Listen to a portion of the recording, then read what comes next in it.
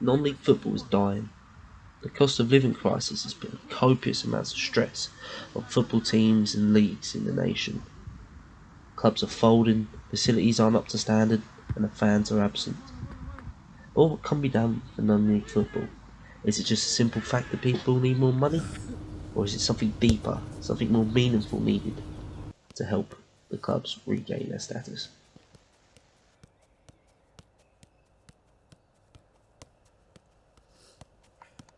The cost of living crisis has been deemed the worst thing to happen to non-league football since World War II. This is by the BBC. The cost of living crisis has increased energy prices and has lowered ticket sales. This could be detrimental for football clubs in the non-league pyramid. Many clubs have resorted to pitch sharing and other endeavours to try and keep their club financially stable. Let's take Woodford Town as an example of this. Woodford is a team based in London that plays in the Essex Senior League. The team has narrowly just missed out on promotion again this year, finishing third. To keep financially stable, they have many endeavours around the pitch and grounds and within the club. An example of this is a partnership with a women's football team. The women's football team is designed to get fans of women's football into the stadium for their match days, to create more revenue through ticket sales and other cosmetics bought. Another endeavour they have is multiple bars within the clubhouse that are open during match days and for other events. This is to keep the fans engaged and to create more revenue. They also have a gym in the clubhouse. The gym is obviously there for gym membership prices that will go towards help running the football club, and also create fans of the football team through good facilities. And finally, they have a partnership with an athletics team. There is a running track around the pitch and even throwing fields for discus and javelin. But does this all help the football club? Is it enough to keep financially stable? Is it enough for fans to be able to turn up to football matches? Well, here's Tony Scott, the co-owner of said football team, and he talks about the problems he faces in running a non-league football team and how he is tackling that. Real struggle with utilities going up, obviously floodlights, irrigation, things like that. It's going through the roof. We solely rely on handouts, volunteers, everything. That's what non-league football's about. Sponsorship, we really rely on sponsorship. We can apply for grants, but like most grants you have to pay a 25% contribution. So that's what you've got to find before you can go any further. It is a real struggle. The prices of stock are going up. So on match day, selling food and drink, we're having to put the prices up. And just like any other restaurant and bar, we're struggling to attract customers because of the prices are so high. So obviously this is a problem. For many clubs like Woodford Town, a lot of them are going to be struggling financially because of the cost of living crisis. Rising costs of running the football club and lower income because people cannot afford to no longer go, it's going to be a recipe for disaster. But this doesn't just affect the fans and people's livelihoods are in there, or even the first team players. This can also affect youth football.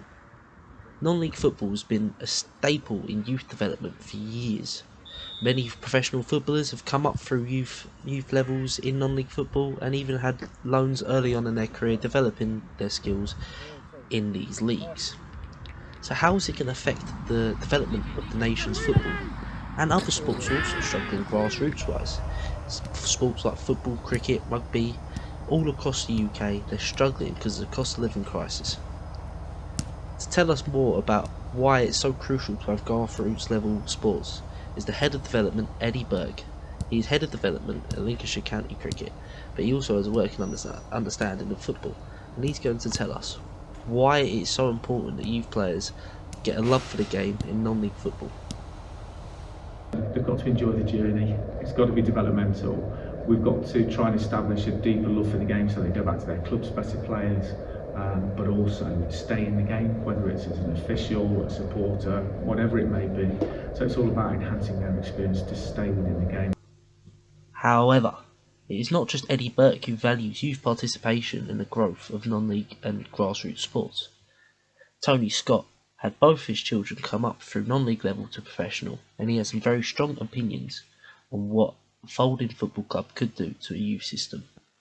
With the financial side of it, you're going to see a lot of non-league clubs fold, and then it will be disastrous because, you know, we've got over 400 kids in our academy system playing from under 6s right through to under 18s. Where are they going to go? What are they going to do? Where are they going to get their health and fitness? I just don't know. But what does this all mean for non-league footballers? What does it mean for the players that play for these non-league football clubs, like the ones behind me? Are they going to lose their hobbies? Is non-league football dying? Do they have to go to a lower level where it's maybe not as fun? Let's find out from Brandon Adams. He's a football player that plays for Potters Bar, and he's been all over non-league football. What does non-league football mean to me? I've been asked that question before, and I actually kind of struggle to answer it, if I'm honest. It does mean a lot, and the best way I kind of used to describe it before was, you don't know what you got until you lose it. It's not until the off season that you kind of you realise how much it means to you, in the sense of mentally, it keeps your mind busy, keeps you active, physically keeps you fit, keeps you healthy, financially as well. It does play obviously a part alongside obviously my full-time job. But yeah, non-league football does mean a lot. Does mean a lot as such.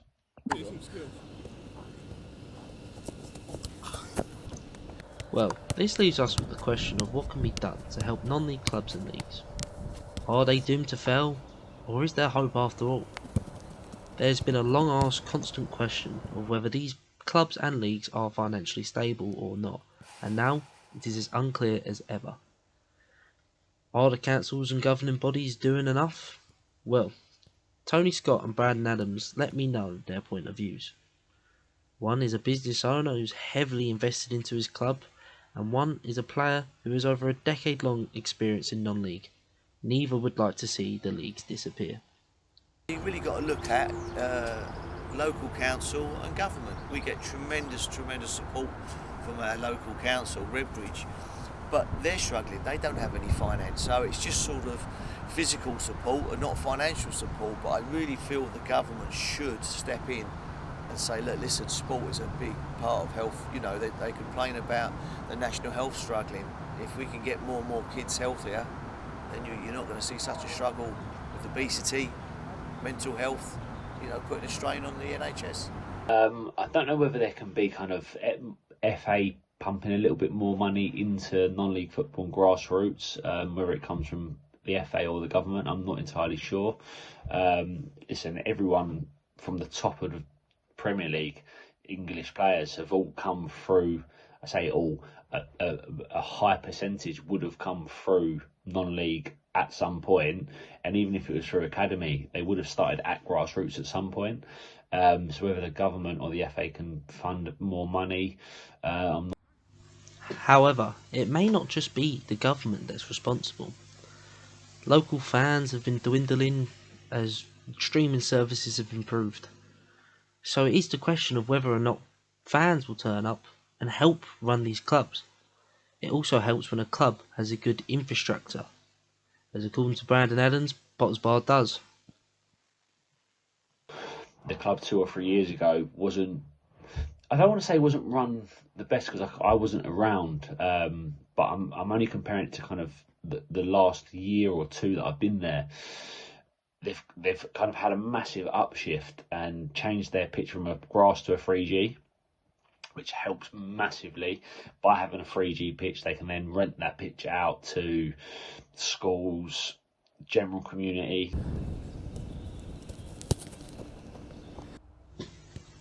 So, in conclusion, the only way that non-league football is to survive without scrutiny of the public and without financial difficulties is for the government to step in. Both Brandon Adams and Tony Scott agreed that the government are deciding bodies that need to help these lower clubs to help football develop further.